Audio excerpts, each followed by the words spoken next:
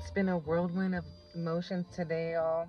I found out today while I was teaching class that I won the election. I won the election. And I was talking to my students about it because I was teaching class when I found out. And I have been keeping them apprised of everything that's been going on with my situation. I teach ethnic studies, so it's very relevant. Um, I spoke up and I still won. I spoke up and I still won. I spoke up and I still won. On top of that, I had people supporting me, speaking up for me. It was a great feeling to see everybody come together in support of me, someone who I've often felt silenced, I've often felt discriminated against, I've often felt unsupported. Um, but I finally stood up for something, y'all. I finally stood up for myself. I finally took care of myself. I finally called out something that just felt like an injustice. I finally stood behind something and people stood with me, and I still won.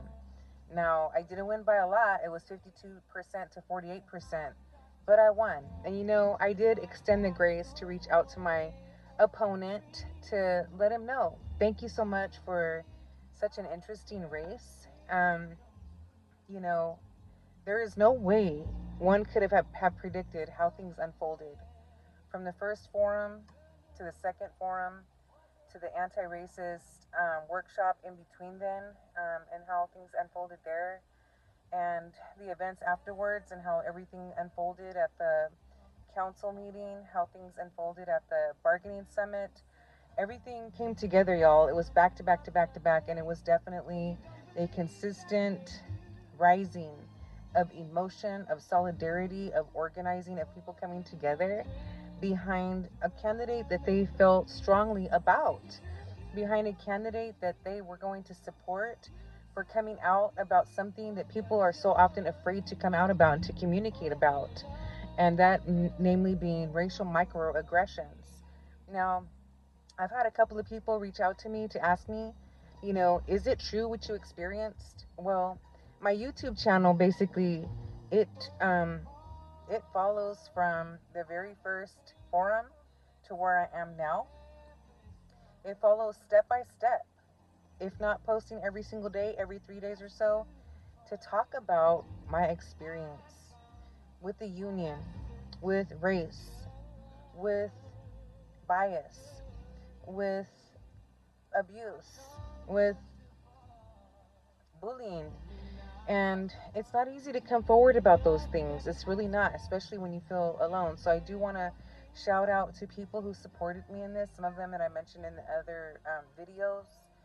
And I do also want to respect people's privacy. But overall, like seeing UC Merced come together, seeing UCLA come in and support, seeing people who are new leaders within the union coming out to support and say, hey, I want to stand behind this too. I see an injustice here.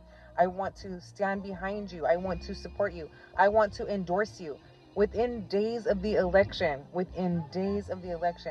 That's why it's so amazing, y'all. It's just a miracle. And I will admit, I have been praying about this. I have been praying about this because going into this situation, I was praying so hard for my son who was in the hospital. And I was just praying so hard about it for a miracle so that I could communicate to the world that miracles do happen.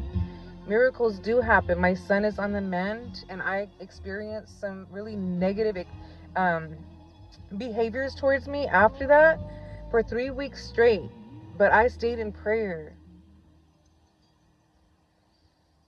I stayed in prayer while speaking up.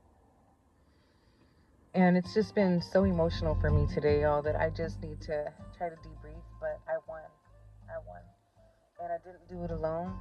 But peace, love, blessings. Believe in miracles. Believe in prayer. More soon.